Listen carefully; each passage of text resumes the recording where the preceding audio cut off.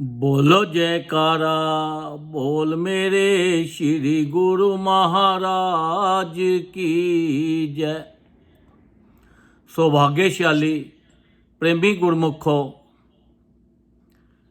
एक गुरमुख संत महापुरुषों के पास गया। गुरु महाराज जी के पास जाकर कहने लगा, महाराज स्वामी जी, मैं भजन भी बहुत करता हूँ और नाम भी जपता हूँ, सेवा भी करता हूँ, वो काफ़ी टाइम हो गया है और मुझे कुछ भी अभी तक नज़र नहीं आया।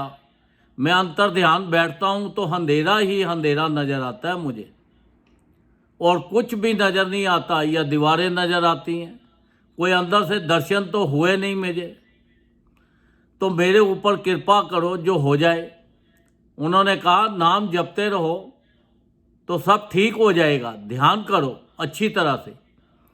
उन्होंने कहा, जी मैं बहुत अच्छी तरह से पूरी लगन से नियम से बैठता हूँ, फिर भी कुछ बना नहीं।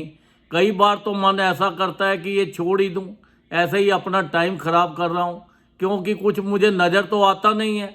भजन के अंदर बैठता भी हूँ तो मेरा ध्यान तो इधर इधर ही जाता है। फिर गुरु महाराज जी ने, संत महापुरुषों ने फरमाया कि देखो, मैं आपको एक चीज़ सुनाता, कथा सुनाता हूँ। जब गुरु गोविंद सिंह जी महाराज थे, उनका वहाँ पे सत्संग चल रहा था, तो वहाँ पे एक किसान आया, और किसान आके तो उनसे प्रार्थना की, विनती की, महाराज मुझे कोई यहाँ पे दरबार में सेवा दो। तो उस टाइम मुग़लों का ज़माना था। तो गुरु महाराज ने कहा कि भाई आप ऐसे करो, बंदूक चलानी जानते हो? वो कहता है, जी मुझे तो आती नहीं है। उन्होंने कहा, घुड़सवारी आपको आती है? वो कहते हैं, वो भी नहीं आती। तो फिर आप क्या करोगे? तो उन्होंने फिर फरमाया कि चलो आप ऐसे करो, ये घोड़ों के तबेले में जाके घोड़ों की सेवा करो। उसने कहा, ठीक है। अब वो वहाँ पे घोड़ों की काफ़ी देर तक जब सेवा करता रहा, जब वो सेवा करता रहा तो घोड़े काफ़ी अच्छे हो गए। एक बार गुरु महाराज जी वहाँ पे आए तो वो कहने लगे, घोड़े तो बहुत तगड़े हो गए हैं, बड़ी सेवा ये किसने की है? उन्होंने कहा, जी ये बेला ने सेवा की है। तो बेला को पूछा, भाई कुछ पढ़े लिखे हो?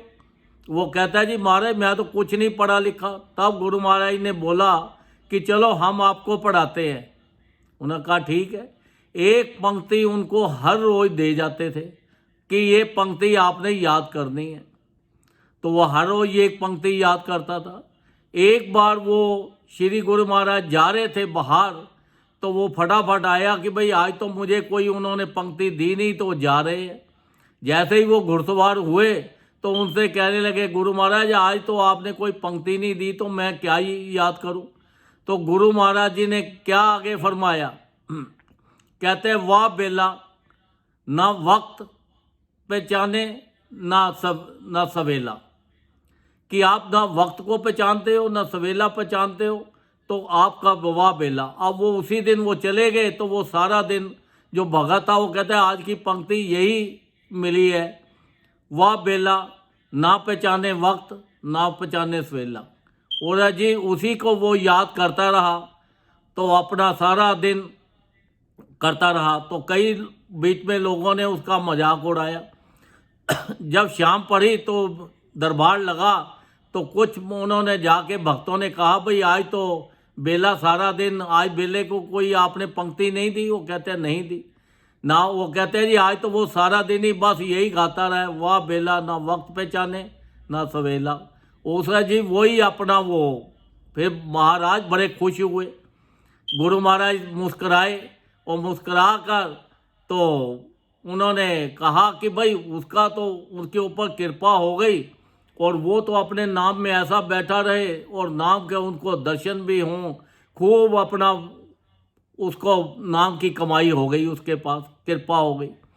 तो बीच में बहुत सारे भगत ऐसे थे, वो कहने लगे कि देखो हमें तो इतने पुराण पढ़े हैं, इतनी किताबें पढ़ी हैं, इतना कुछ भजन करते हैं, सेवा करते हैं, तो ये इतनी जल्दी इसने इतनी कमाई कैसे कर ली बेला ने? हमारे पास तो अभी तक कुछ नहीं है। तो फिर गुरु महाराज जी ने फरमाया कि भाई ऐसे करो, जाके भांग लाओ।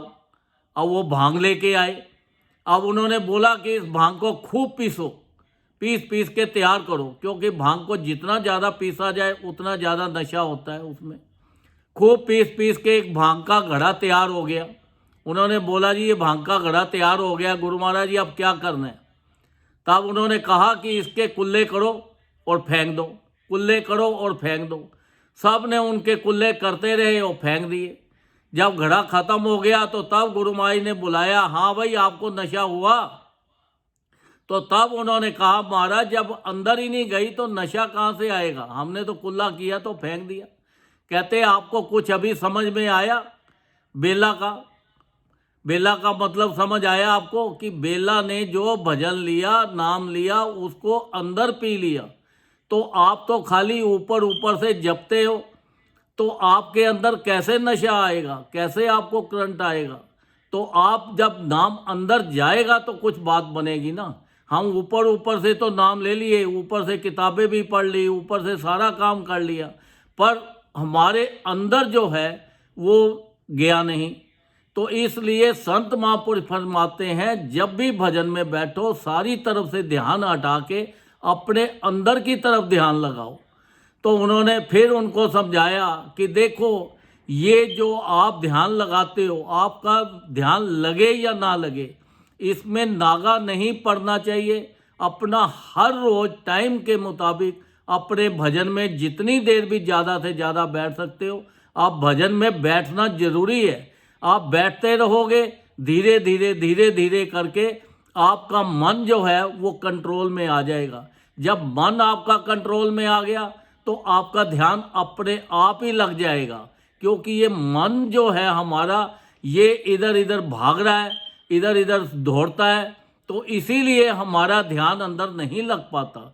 जब भजन हमारा अंदर जाएगा, ये शब्द अंदर जाएगा तो सुरती के साथ मिलेगा। सुरत और शब्द तभी इकट्ठे होंगे जब दोनों आपस में मिलेंगे, क्योंकि अब ये शब्द जो है ये तो अंदर जा ही नहीं रहा, तो ये तो बाहर ही बाहर रहता है, मुंह से जप लिया, इधर कर लिया।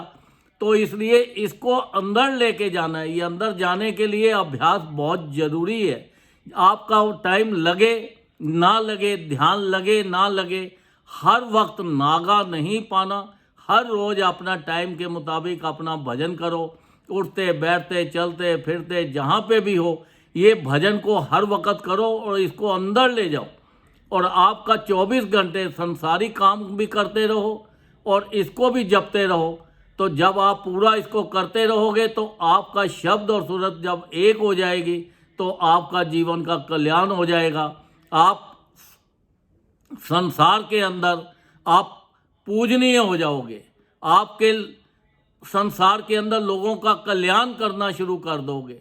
तो इसलिए ये संसार ज़्यादा से ज़्यादा जो भजन है, भगवान जो है वो भजन जब हम करते हैं, परमात्मा अपने साथ मिला लेता है, उसको अपने पास बिठा लेता है। जैसे कि पारस पत्थर के साथ तांबा लग जाए तो सोना बन जाता है, ऐसे संत महापुरुष अपना भजन दे के नाम जपने वाले को अपने जैसा ही बना लेते हैं। तो इसलिए ज़्यादा से ज़्यादा देखो, ये संसार है, ये संसार एक माया नगरी है। इसके अंदर हम कितनी भी कोशिश करें, हमारा मन इधर इधर भटकेगा ही भटकेगा, पर मन को कंट्रोल करना है। जितना ज़्यादा से ज़्यादा हो सके हमें भजन करना है। देखो हमारे श्री गुरु महाराज जी ने हमारे लिए कितने आसान नियम बना दिए हैं, तरीके बना दिए हैं। 5 नियम, श्री आरती, पूजा, सत्संग, सेवा, सिमरन और ध्यान, जो श्रद्धा सहित करे निश्चय हो कल्याण। वो कहते हैं और कुछ नहीं कर सकते, ये 5 नियमों का पालन कर लो। जिस परिवार में ये 5 नियमों का पालन होता है उस घर में वो भगवान खुद साक्षात रहते हैं। वो कहते हैं वहाँ पर कोई बीमारी नहीं आएगी, कोई गरीबी नहीं आएगी, कहीं उसको परेशानियाँ नहीं होंगी, हर तरह से उसको सुख ही सुख मिलेंगे। उनके ऊपर इतनी कृपा है। पर हमारी भी ड्यूटी बनती है कि वो जो 5 नियम बनाए हैं वो 5 नियमों की पालना करें। ज़्यादा से ज़्यादा उनका कहना माने, उनके हुक्म में चले, उनके बनाए हुए नियमों का पालन करें, ताकि हमारा लोक और हमारा परलोक दोनों सुखी हो सके। अगर हम नियमों का पालन नहीं करते तो फिर आपकी मर्जी है, हमारी मर्जी है। तो देखो, उन्होंने तो हमारे ऊपर कृपा कर दी है, पर हमारी ड्यूटी भी बनती है कि हम ज़्यादा से ज़्यादा भजन करें, और भजन ध्यान लगा के करें। इधर इधर से मन तो भटकाएगा आपको खूब, पर मन को कंट्रोल करना है, इसको ज़बरदस्ती भजन में ध्यान में लगाना है। जब भजन में ध्यान में लगाओगे, धीरे धीरे करते करते एक दिन ये अपने आप ही रास्ते पे आ जाएगा, और आपका रास्ता सब सफल हो जाएगा, आप मंजिल पे पहुंच जाओगे। और संसार के भी आपको सब खुशियां मिलेंगी, संसार के भी सारे सुख मिलेंगे, और परलोक के भी आपको सारे सुख करे मिलेंगे। बस भजन करते रहो, तो उनकी आज्ञा में चलो, ताकि हमारा लोक परलोक दोनों सुखी हो जाए। बोलो जयकारा, बोल मेरे श्री गुरु महाराज की जय।